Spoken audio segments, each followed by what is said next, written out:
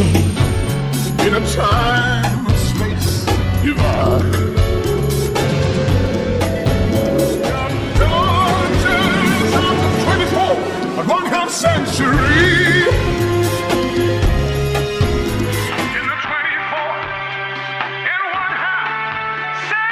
C'est vraiment un générique mythique. Il est incroyable. Faut dire que la voix de Tom Jones fait beaucoup. C'est vrai. Mais même la réal est parfaite. Les couleurs, les poses, les noms comme si c'était des acteurs. Mais oui. D'ailleurs, je trouve ça trop drôle que tu connaisses Duck Dodgers. Déjà parce que c'est presque aussi vieux que toi. C'est vrai. Mais aussi parce que c'était pas trop diffusé, je crois. Ah ouais? Vous regardez ça sur Boomerang quand j'étais jeune? Boomerang. Donc, tu connais cette chaîne, toi? Carrément. J'ai toujours beaucoup aimé les univers Warner Bros, donc tu te doutes que c'était la chaîne parfaite pour moi. Il y avait des séries si particulières et si anciennes. Pour dire, mon père les regardait quand il était gamin. Le mien aussi, justement. Et c'est ça, toute la beauté de Boomerang. Boomerang, c'est une chaîne de dessins animés assez spécifique, qu'on pouvait retrouver dans le bouquet de TPS, puis sur CanalSat après sa fusion, et aujourd'hui on la trouve également sur l'IPTV, donc quasiment tout le monde peut y accéder. La chaîne est créée en 1992, en hommage nostalgique aux classiques des Looney Tunes, avec notamment Bip Bip et Coyote, Bugs Bunny et Titi et Gros Minet, mais également ceux d'Hanna-Barbera, comme Scooby-Doo, les Pierres à Feu, ou encore les Fous du Volant. Le but étant de remettre l'animation américaine des années 60-70 sur le devant de la scène. Aujourd'hui la chaîne change doucement d'ADN et devient plus moderne et familiale. Et si tu veux mon avis, c'est bien dommage. De quoi? La beauté de Boomerang? Tu veux dire que t'entends pas quand je parle dans ma tête? Bref. Duck Dodgers. Oui, Duck Dodgers. C'était bien, hein?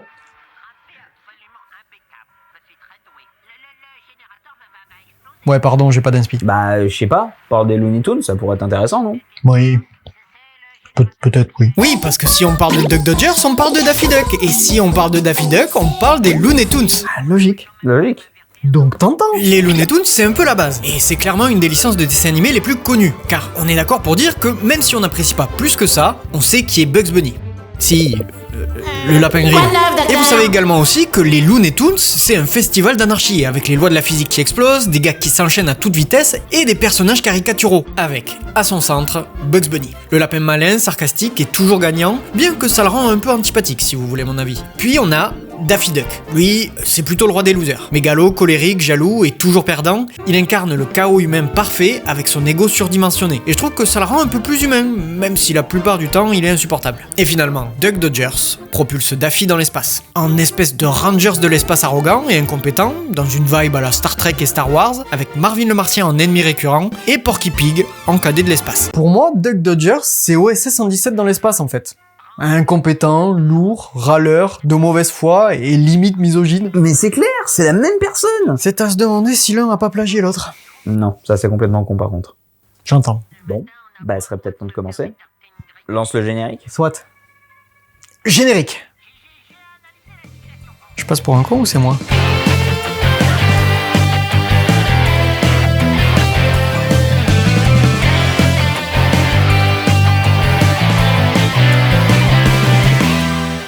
Donc la saison 1 de Duck Dodgers sortie en France en 2004 sur Boomerang avec 13 épisodes de 24 minutes réalisés par Spike Brandt et Tony Servon avec le studio Warner Bros Animation. Et mon dieu, quel studio! Warner Bros Animation, c'est bien le studio de fou que vous imaginez, c'est le géant de fer, ouais ça commence bien. South Park le film, le Pôle Express, Happy Feet, TMNT, les Tortues Ninja. Oh putain, j'adore ce film. C'est celui en CGI un peu dégueu? Mais pas du tout, c'était pas dégueu, il y avait une animation... La légende de Beowulf, Star Wars The Clone Wars, un film Yu-Gi-Oh! Salut Dan. Et les 3 meilleurs films Pokémon. Oui, Mewtwo contre-attaque, Le pouvoir est en toi et Le sort des Arbis. 3 films exceptionnels qui m'ont énormément marqué. Et...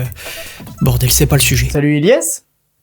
Évidemment, beaucoup de films direct ou vidéo Scooby-Doo et DC Comics ou encore Tom et Jerry, mais aussi des films avec des prises de vue réelles et de l'animation, comme Space Jam 1 et 2, Yogi l'ours, Tom et Jerry et le très bon Looney Tunes passe à l'action. Oh putain, j'adore ce film. Aussi. C'est celui sans CGI dégueu? Eh oh, il y a de la CGI d'ailleurs. Mais bref, ça me rappelle que Daffy se transforme en Duck Dodgers dedans, mais avec une drôle de tenue verte. Ah oui, ça me parle.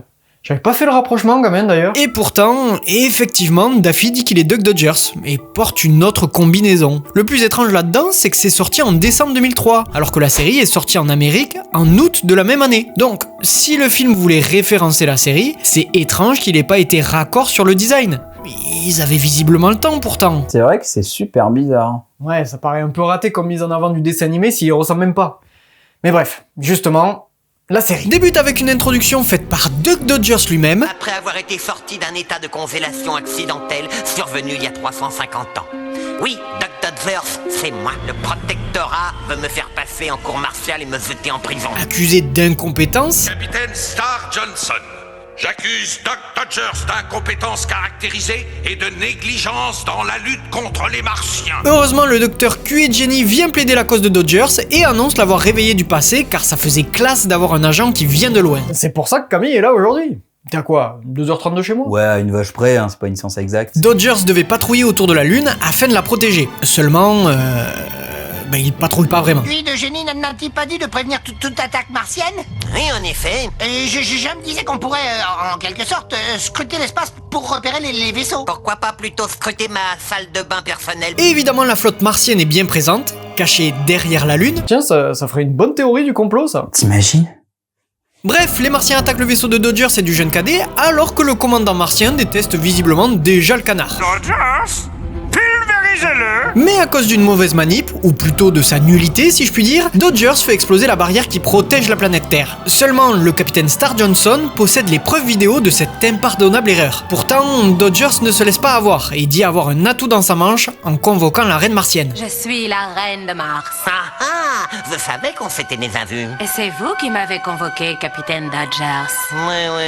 Mais oui. Et alors qu'il patauge sacrément, il demande à l'audience de regarder la suite des images, où on voit qu'il n'avait que des patates et Et plus patate. qu'ils vont utiliser pour attaquer les Martiens pendant que les robots se sentent un peu exploités et sous-payés. Ça fait des années que nous n'avons pas eu d'augmentation. Détruisez d'abord la Terre. Nous envisagerons ensuite un éventuel jour de congé hebdomadaire. Et pouf, ça fait une pluie de chips. Justement, grâce à de drôles d'arguments à base de sel d'amidon et de chips, Dodgers s'est innocenté. Toutefois, Dodgers, j'ai reçu la note pour l'enlèvement de la couche de chips recouvrant la Terre. Vous nous devez la somme de 48 millions de milliards d'astrodollars. bon, la première partie s'arrête là, car oui, comme pour Keroro, Salut Géroro. Duck Dodgers est une série constituée de demi-épisodes de 10-12 minutes, même si certains des épisodes sont entiers. Et un peu comme la plupart des séries des Looney Tunes, Duck Dodgers est une série épisodique, ou une série à sketch. Un peu comme les premiers cartoons des Looney Tunes finalement, dont ceux de Daffy Duck. Complètement. D'ailleurs, super anecdote, tu savais que Daffy a été le héros de plusieurs jeux vidéo?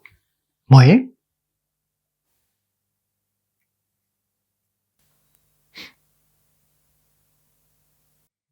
Je peux en parler? Tu parles pas pendant 2 heures comme tu fais d'habitude, on est d'accord? Non, t'inquiète. Malgré le fait que Daffy Duck soit un Toons assez populaire, il n'a pas eu tant de jeux que ça. Parmi les plus connus, on a Daffy Duck in Hollywood sur Mega Drive, qui est une putain de purge. Vraiment un putain de jeu à la JDG. Heureusement, tous les jeux Daffy Duck ne sont pas comme ça, car on pourrait aussi parler de Un trésor de canard sorti sur Game Boy Color, qui est super cool. Un jeu de plateforme classique, mais très efficace. Top. Et Bon, donc, j'ai menti tout à l'heure. En réalité, je sais d'où vient le costume vert de Duck Dodgers. Il vient pas des films, mais des jeux vidéo. Et oui, parce que le film, et plus tard la série, sont adaptés des jeux vidéo Duck Dodgers. quoi? En tout, on compte 3 jeux dans l'univers de Duck Dodgers. Tout d'abord, on a Daffy Duck The Marvin Mission sur Game Boy, un platformer 2D assez sympa. Le jeu est également sorti sur Super Nintendo, sauf que le jeu est assez différent. Évidemment, c'est plus beau et coloré, mais il est aussi un peu moins bon selon moi. Et enfin, on a Duck Dodgers starring Daffy Duck sur Nintendo 64. Ici, on est face à un platformer 3D à mi-chemin entre Super Mario 64 et Crash Bandicoot, qui possède un certain charme, tout comme ses confrères sur Game Boy et SNES. Mais en soi, c'est bizarre ça aussi. Ce serait une première chez les Looney Tunes d'avoir un personnage qui vient d'abord des jeux. Certes, mais on a bien eu le personnage de Lola Bunny qui a été créé pour Space Jam et qui a été plus tard intégré au canon principal, notamment avec la série The Looney Tunes Show. Ouais, c'est vrai. Oh, tu connais Paul Dini? J'avais dit vite fait. Mais c'est pas des jeux. On s'en fout, faut reprendre là. Oh. Donc là, on a un épisode où Dodgers vient en aide à un appel SOS, mais trouvant le peuple affreux, il les prend évidemment pour des envahisseurs. Alors que, spoil, les vrais méchants, c'est les meufs sexy. Cas classique de la sirène. Quel amateur. Heureusement, Cadet a bien compris la situation et va aider le peuple opprimé et chercher à sauver Duck Dodgers, qui lui se balade tranquillement avec les véritables monstres. Et après plusieurs tentatives, car faut dire que Dodgers ne l'aide pas et préfère conseiller les sirènes de mieux resserrer ses liens, Et là, s'il vous plaît, celui-là n'est pas assez serré. Merci. qu'il nomme également de charmants prénoms, Très bien, je t'appellerai Cookie. et que même déguisé en l'une des leurs, Cadet n'arrive pas à l'aider. Ce qu'on le reconnaît pas aussi. Je suis subjugué par votre beauté à couper le souffle. Salut, chef. Elle sait parler, et dans mon langage... Finalement, les sirènes se transforment en affreuses créatures, mais Cadet finit enfin par le sauver. Des Ensuite, on a un épisode excellent avec Roboto. Mon frère Roboto. Roboto, Roboto, Roboto, Roboto, Roboto, Roboto, Roboto, Roboto, Roboto, Roboto, Roboto, Roboto. Épisode très drôle qui arrive en plus à être touchant. Des œuvres d'art inestimables. Deux braves fermiers amis. Maman qui entre nous avait un goût des plus kits. Reste ici, Roboto va y aller. Ne me suis pas, ami. Je t'aime, Roboto. Dodgers, ami.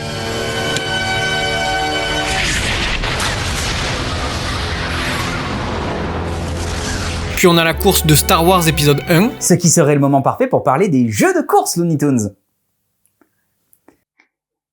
Non. Oh, mais il y en a que 3. Il y en a un qui est trop intéressant. Dans ce cas, tu parles que de celui-ci. Sinon, la vidéo va durer 3 plombs. Allez, c'est déjà ça. Donc, Le cadre dans cette catégorie de jeux reste sans conteste Looney Tunes Space Race. On n'est pas sur un chef-d'œuvre, mais si vous êtes fan des Looney Tunes, c'est vraiment le kiff, car on se retrouve à participer à des courses chaotiques où les objets sont très nombreux et où il peut arriver n'importe quoi. ça pourrait sonner comme un défaut, mais je trouve ça assez cohérent pour un univers aussi délirant. Tout comme sa direction artistique en cel shading absolument sublime. D'ailleurs, il me fait beaucoup penser au jeu Les Fous du Volant, qui est exactement dans la même veine, mais avec comme particularité... Hop, on avait dit un seul jeu, Camille. Ok, j'aurais essayé. Bref, on a un demi-épisode où Dodger signe sur la Lune, pas pro si vous voulez mon avis, et évidemment il fait de nombreuses conneries et dit des dingueries monumentales. C'est un vaisseau martien. Ah, Berk, je déteste ce type. Et alors quoi, le matin, on n'a pas le droit de se faire des tartines grillées? Je sais pas trop, vos idées sont toujours assez périlleuses. Oui, périlleusement futées. J'ai même l'impression d'y voir un petit peu mieux qu'avant. Oh, je vais faire comme si tout cela n'était pas arrivé. Serre les poings et reste zen. Bon, alors King Kong a dit que le générateur, pendant que vous faisiez les yeux doux à un porcelet mal vêtu d'une robe, majuscule et souligne le mot mal, hein. Et là, si vous y voyez pas le bon bonisseur de la batte, je sais pas ce qu'il vous faut. Les mêmes défauts bien accentués de lâcheté, misogynie et Par d'imbécile. contre, visiblement, ça te dérange pas de répéter les choses déjà dites. Pardon, mais comme on m'a déjà reproché que le titre de la vidéo représente pas assez le contenu... Donc dans la deuxième partie de l'épisode, on a une espionne qui rejoint l'équipe de Dodgers pour infiltrer une planète envahie par les Martiens. Sauf que, il est chiant, donc évidemment il ne veut pas de l'espionne. Normal, il est suffisamment apte à faire ce boulot tout seul. Il n'a besoin de personne et...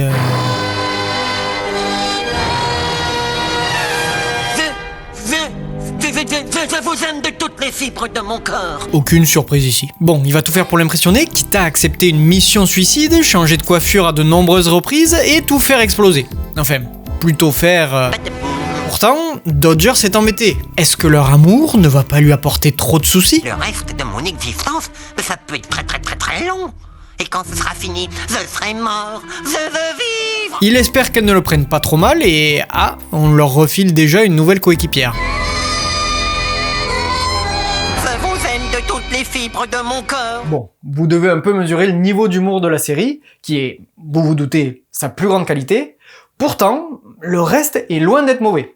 Mais, vous verrez. T'es dit, j'aurais pas le temps de parler d'autres jeux sinon. On a un épisode où Dodger et Cadet se font infecter par une fleur qui les fait vieillir, un épisode où ils doivent récupérer un bébé sage et savant qui s'avère être en fait un extrémiste anarchiste, un épisode où ils tombent sur un vampire qui infecte Dodgers mais qui se retrouve sauvé par Cadet, un épisode où il se retrouve avec son sosie criminel qui finit par être choisi plutôt que lui, un épisode sans le canard avec seulement le commandant martien et son chien vert qui découvre que des mulots veulent envahir la surface, un épisode avec un pirate qui ressemble étrangement à Sam le pirate et où Cadet trouve une drôle de pierre qui le transforme en Porky Porcador destructeur de porc, le nom est super, un double épisode où une bande de pirates qui n'est pas Sam le pirate s'en prennent à un vaisseau de croisière et Dodgers et Cadet font équipe avec le commandant martien afin de les sauver. Un épisode où ils atterrissent dans un parc façon Far West avec plein d'automates, sûrement une inspiration pour Westworld, avec Canasta qui cherche à tuer le débile de canard. Un épisode où la reine martienne demande au commandant de récupérer le cerveau de Dodgers pour savoir comment il peut être aussi brillant mais qui lui rend volontiers. Un épisode où il devient un fucking Green Lantern et se retrouve carrément à affronter Sinestro. Un épisode où le commandant martien remonte le temps pour empêcher Dodgers d'être un héros, mais finalement c'est lui qui l'aide à le devenir, puis un épisode où la reine capture Dodgers pour en faire son mari Et c'est marrant parce qu'on dirait que la reine a développé une véritable obsession pour le canard, alors que c'est un véritable abruti. Mais plus étonnant encore, il semble y avoir une sorte de continuité. Car dans le premier épisode, alors que Dodgers invoque la reine de Mars, celle-ci, bien qu'elle accepte l'invitation, ne le respecte pas plus que ça. Elle ne le voit que comme un raté. Donc là,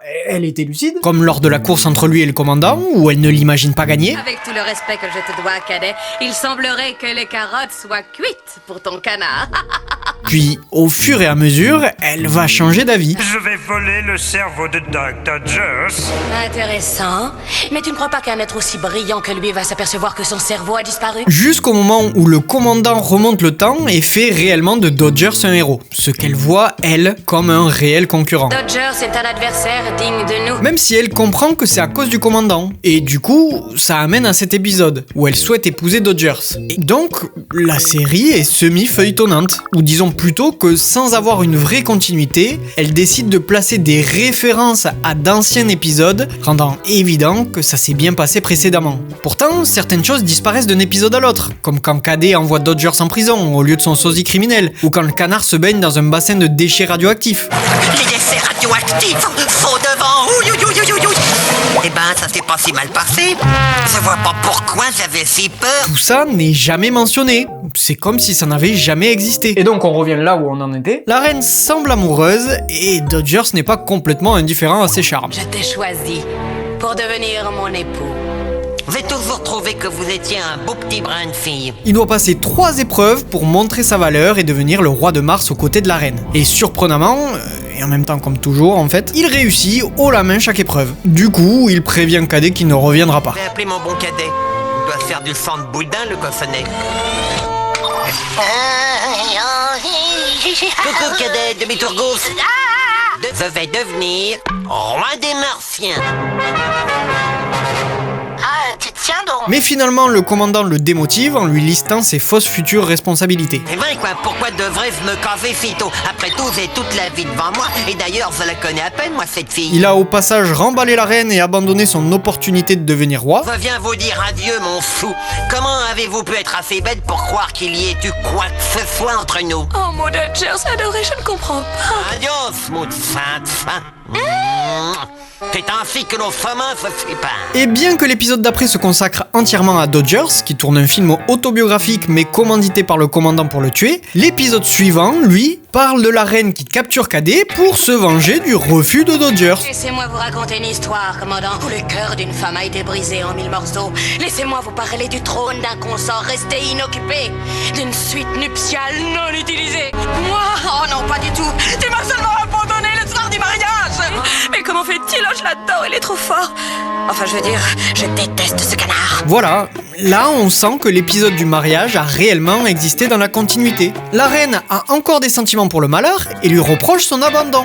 Et plus tard, lors du dernier épisode, la reine se fait capturer par un autre ennemi des Martiens et c'est Dodgers, déguisé en Dr Fatalis, qui viendra la sauver. Il l'amène ensuite à dîner d'ailleurs. Bref, la saison se conclut sur un épisode où tous les ennemis de Dodgers viennent l'emmerder et la reine lui dit « Dodgers, c'est moi. J'ai décidé de vous reprendre. » Ça le rendra fou et il démissionnera juste après pour devenir cuistot dans un petit resto. Mais malheureusement pour lui, son manager ressemble à QI Jenny, son marmiton à Cadet et un client au commandant, alors qu'il souhaitait juste s'éloigner de tout ça. L'épisode se termine sur Cadet qui lui demande de revenir et la saison se conclut là. Bon, et on l'a déjà dit, hein, mais c'est beaucoup trop cool. C'est tellement cool que j'ai acheté cette splendide peluche Doug Dodgers qui me fait briller de bonheur. Elle est super, mec. C'est idéal. L'ambiance de la série marche super bien. Le côté parodie de Space Opera rend la série vraiment unique. Enfin, pour une série Looney Tunes. Bien que je n'oublie pas la série Lunatics qui tente aussi des trucs. Mais bref, même la direction artistique, bien que très proche des autres séries, a une patte différente. Des couleurs peut-être plus bleutées en général. Je ne sais pas vraiment à vrai dire, mais on ressent quelque chose de différent. Je ne l'ai pas encore mentionné d'ailleurs, mais les modèles 3D utilisés sont très impressionnants pour l'époque. Les vaisseaux s'incrustent très bien dans le décor et ça donne un cachet supplémentaire à la série, ainsi que ses personnages principaux. Et même si je pense qu'on a été assez clair sur Doug Dodgers et qu'on a bien souligné le fait qu'il est bête, lourd, macho et même plutôt méchant, on a, pour contraster, le jeune Cadet. Jeune Cadet, nous mon cadet, mon bon cadet? Il est exceptionnel. Si Dodgers a tous les défauts, Cadet a toutes les qualités. Patient, compétent et gentil, il est là pour réparer toutes les conneries de l'autre, ou pour qu'il prenne les compliments et les réussites à sa place. J'avoue, il est moins drôle par conséquent, mais il a quand même quelques vannes bien placées. Elle pique du bec, elle n'a plus une dent, on dirait un vrai débris. Et même si elle a des boutons partout, elle est trop jolie. Ah non, non, non, non, ah non, ça va pas. Retournez au QG et gagnez du temps. Je vais rattraper Osmo. En nana, papa. Dis donc, il m'a pris mon texte, là. C'est presque terminé. Je suis grotesque. Yeah, ça me fait penser à un truc d'ailleurs. Tu vois l'épisode où un vampire essaye de tuer Cadet en manipulant Dodgers? Ouais. Bah ça me rappelle beaucoup le seul et unique jeu Porky qui existe. Je peux. Ça n'a techniquement rien à voir, mais... vas-y. Yes! Du côté de Porky, ça va être beaucoup plus rapide. Il a été la star d'un seul jeu vidéo, à savoir Porky Pig's Haunted Holiday sur SNES. Un jeu de plateforme assez classique sur lequel il n'y a pas forcément grand chose à dire, hormis le fait qu'il possède l'un des niveaux les plus flippants que j'ai pu voir dans un jeu pour enfants. Tu te retrouves dans une forêt hantée avec un décor sinistre, une musique digne d'un jeu d'horreur et surtout un Daffy Duck vampire qui apparaît de temps à autre pour pousser ce cri. Je vous jure que j'ai dû aller vérifier sur internet pour être sûr de pas avoir téléchargé une ROM hack horrifique par erreur. Génial. Je peux reprendre? Ouais, fais comme chez toi.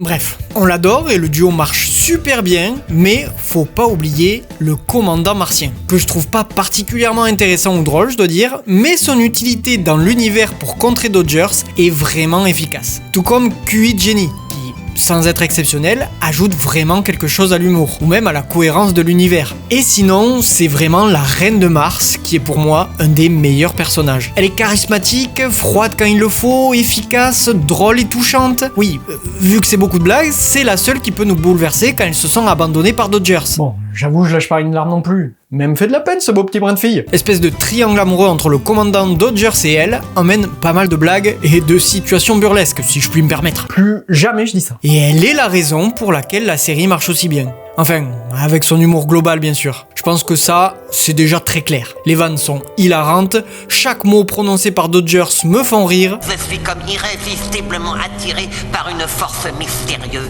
Ah bon? Mais non, c'est histoire de parler un peu. T'aurais pas fait de la musculation, toi? T'as l'air plus tonique tout d'un coup. Je vais te flanquer une pâtée. Je crois plutôt que c'est lui qui s'est ramolli tout d'un coup. Mais t'es dingue, lui tout seul, il est plus sanguinaire et cruel que toute ta bande de psychopathes. Je peux la reprendre là maintenant? Prends-la, mais en silence. Les gros plans très détaillés qui sont aussi terrifiants que géniaux. Une tronche de flan, la pistache. Oh, la tête qu'il a. Est-ce qu'on pourrait parler de ça un peu plus tard? Le nombre fou de refs qui rendent la série assez méta. Peut-être pas, non? Non.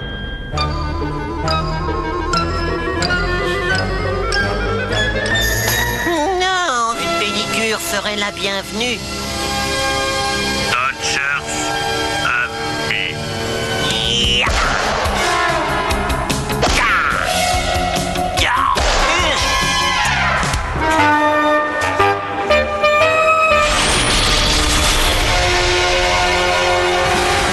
Et alors là, oui, je préfère ça. Cette tenue met mon anatomie en valeur. J'aimerais bien vous rendre service, mais j'ai un golf avec Spider-Man dans 20 minutes. Le présentateur Jean-Pierre Moucault. Coucou, c'est nous. Et non, ça c'est Christophe de Lavanne. Oh mince, c'est sûrement le programme de mon ordinateur qui cafouille. Magnéto, serre. Thierry Artifon. Mais aussi plus globalement aux Looney Tunes avec également des caméos. Mon nom va apparaître. Avec Bugs Bunny. Allô, Duck Dodgers. Et celui-là qui est à plein crust, c'est qui? Je crois que c'est mon jardinier. Je ne suis pas ton jardinier, je suis Canestaeul sanguinaire. D'ailleurs, si je peux me permettre, je voulais juste te demander si je pouvais donner mon avis sur les Looney Tunes parce que j'aime bien quoi. Et autant en parler. Ah, mais pas des jeux? Non, juste les séries quoi. Ah. Bien sûr, vas-y. Merci, je fais vite. Pardon, j'ai été un sale con. Mais non. Je suis désolé. Prends ton temps et fais-nous ça bien. Ok. Il est adorable. Donc, je ne suis pas un très grand consommateur de dessins animés, et ce depuis toujours. Quand j'étais petit, j'avais plus une manette dans les mains qu'une télécommande. Pourtant, il y a quand même des séries à l'époque qui m'ont marqué, comme Bob l'éponge, Phineas et Ferb ou Batman. Mais s'il y a bien un univers que j'aimais par-dessus tout, c'était celui des Looney Tunes. J'ai vu un paquet de fois les films comme Space Jam, les Looney Tunes passent à l'action ou même Roger Rabbit. J'ai suivi un certain nombre de séries autour de cet univers, comme le Looney Tunes Show, Tasmania, Titi et Gros Minet mènent l'enquête, les Teeny Toons, les Baby Looney Tunes, oui, même ça aussi. J'inclus également dans la liste les Animaniacs, les créations d'Hanna-Barbera et Tom et Jerry, ainsi que Duck Dodgers, qui était de très loin ma préférée. Et j'ai aussi dévoré les DVD qui compilaient les cartoons d'origine. D'ailleurs, j'en avais justement un dédié à Daffy Duck et Porky. Si tu veux, on peut se mettre ça vite. Bah oui, carrément.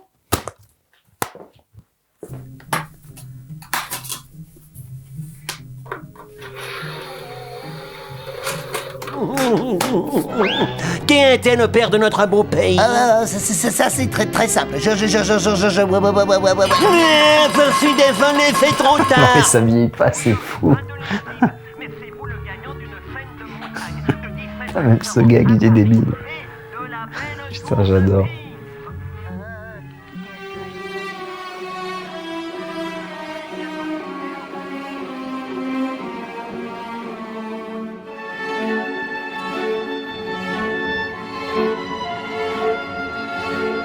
Quoi? Mais le dernier épisode pour voir? Ok. Daff Dodgers, au 24e siècle et des poussières. Oh putain de merde. Sainte mère. Tout s'explique. Sacre bleu. Et c'est tellement logique. Arrêtez de nous viennent en aide. Quoi? En fait, Duck Dodgers est repris d'un court-métrage réalisé par Chuck Jones en 1953, où Daffy Duck est un héros spatial mégalomane, cynique, limite miso et incompétent. Donc la différence, c'est que là, c'est un héros spatial. Et on retrouve bien Porky en cadet, Marvin en commandant, et même QI Jenny. En fait, la différence la plus flagrante, c'est cette tenue. Moins attrayante et plus ridicule. Mais aussi l'humour, qui se trouve être un peu plus froid et sadique. Daff Dodgers au 24e siècle des poussières. C'est parti.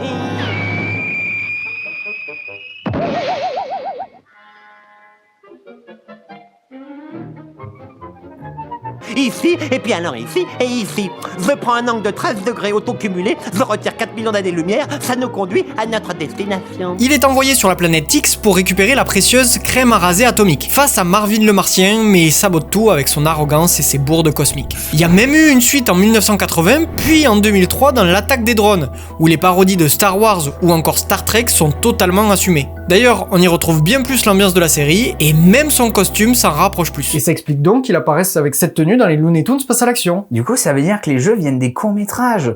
Ça a tellement plus de sens. Trop bizarre qu'on ait cru l'inverse. T'imagines le truc en vrai? Des barres. Même si ça n'explique pas vraiment pourquoi la série est aussi décalée.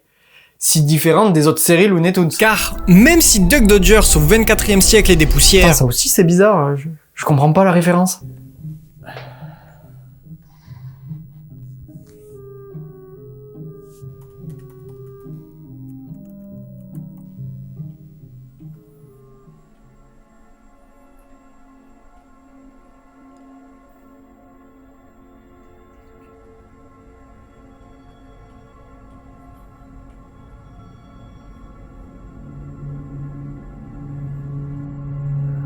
Je vois des canards qui sont morts. Peut-être que ça va faire trop de parodies là. Ouais, c'est vrai. Oui, Duck Dodgers au 24e siècle et des poussières, ou In 24th and Half Century, est une parodie de Buck Rogers au 25e siècle. Un ancien pilote de l'armée américaine qui, suite à un incident, tombe dans un coma profond et se réveille au 25e siècle. Je pense que vous l'aviez. D'abord un héros de bande dessinée américaine, Buck Rogers sera adapté au cinéma, en série, jeux de société et même jeux vidéo. N'y pense même pas. Oh. Ceci explique les paroles du générique de Duck Dodgers, son côté parodique global et pourquoi le futur finalement. Finalement avec cette série, Spike Brandt et Tony Servon font du neuf avec du vieux. Réadapter un court-métrage qui est une parodie d'une licence de SF avant-gardiste, c'est une idée de génie. Et ça remet les Looney Tunes sur le devant de la scène tout en les modernisant. D'ailleurs, dans la même idée, un film est sorti en 2025 avec Daffy et Porky, avec une DA très old school qui ressemble énormément au premier film et court-métrage de ces personnages, tout en essayant de l'adapter à l'animation d'aujourd'hui. Bon, tu sais quoi Camille? On a le temps. Parle-nous de la série. Qu'est-ce que t'en penses? Ben franchement, je kiffe toujours autant cette série. Le simple fait d'avoir adapté un cartoon des années 50 en une véritable série space opéra avec Daffy Duck est une idée de génie. Rien que le générique est pour moi un véritable chef-d'œuvre d'humour et une prise de risque incroyable de la part de Warner Bros, car allant ultra loin dans un délire auquel possiblement personne n'aurait pu adhérer. Plus globalement, je trouve que Duck Dodgers parvient très intelligemment à moderniser la formule des Looney Tunes, car on retrouve la structure habituelle de ce genre de cartoon dans certains épisodes, mais de façon générale, on a droit à de vraies intrigues ponctuées par des gags absurdes et de super répliques qui proviennent pratiquement tous de Dodgers, qui est un personnage superbement bien écrit auquel on ne peut que s'attacher malgré tous ses défauts. Ah, et t'as parlé de Spike Brandt et Tony Servon, mais ce que t'as pas dit, c'est que parmi les scénaristes de la saison 1, on retrouve Paul Dini. C'est qui? Bah, personne. Paul Dini, c'est juste le scénariste de la série Superman, Justice League et surtout Batman, la série qui a créé le personnage d'Harley Quinn quand même, ainsi que les 2 premiers jeux Arkham. Oh là là, si seulement quelqu'un avait fait une vidéo sur ces jeux. J'avoue. Mais Paul Dini est loin de n'avoir fait que ça. Il a aussi scénarisé certains épisodes de la série Lost, beaucoup de comics chez DC, et a donc participé à l'écriture d'un certain nombre d'épisodes de Duck Dodgers. Et franchement, je trouve ça assez impressionnant à quel point il arrive à écrire autant du sérieux que du comique. Et effectivement, ça explique aussi la qualité d'écriture de la série. Bon, toutes les qualités et raisons pour lesquelles j'aime cette série ont déjà été largement mentionnées. L'humour, les personnages, les lieux, décors, les musiques... Enfin, surtout le générique pour le coup, parce que faut avouer que les OST sont pas vraiment mémorables, plutôt classiques et sans thème particulièrement marquant, contrairement à Duck Dodgers, le perso, qui lui, l'est. Oui, bon, j'avais rien d'autre. Et ça, c'est parce qu'on ressent la vraie création de passionnés, qui aiment autant leur licence que les Looney Tunes, la SF ou encore les super-héros, pour un résultat qui transpire l'amour de la pop culture. Et moi, j'adore ça. J'adore la pop culture. Et j'adore Duck Dodgers. D'ailleurs, merci Camille pour ton intervention et désolé de t'avoir autant bridé. Et évidemment, je vous mets le lien de sa chaîne dans la description. Ah, pas de soucis, t'as bien fait de m'arrêter. Sinon, j'aurais parlé de tous les jeux Looney Tunes qui existent. Comme Mac Mercenal, Une fin de loup, Alerte. Je déteste dire ça, mais je rappelle que si vous voulez m'aider, je possède un Patreon que vous pouvez aussi trouver dans la description. Et regardez l'OVNI et Duck Dodgers, c'est trop bien. Ah, c'est marrant que tu dises que c'est un ovni. Déjà parce que ça se passe dans l'espace. Je vois pas le rapport. Et aussi parce que... Non, c'est tout. Bah top. Bon, tu sais ce qu'il nous reste à faire. Allumez les projos. Ça part en moussika.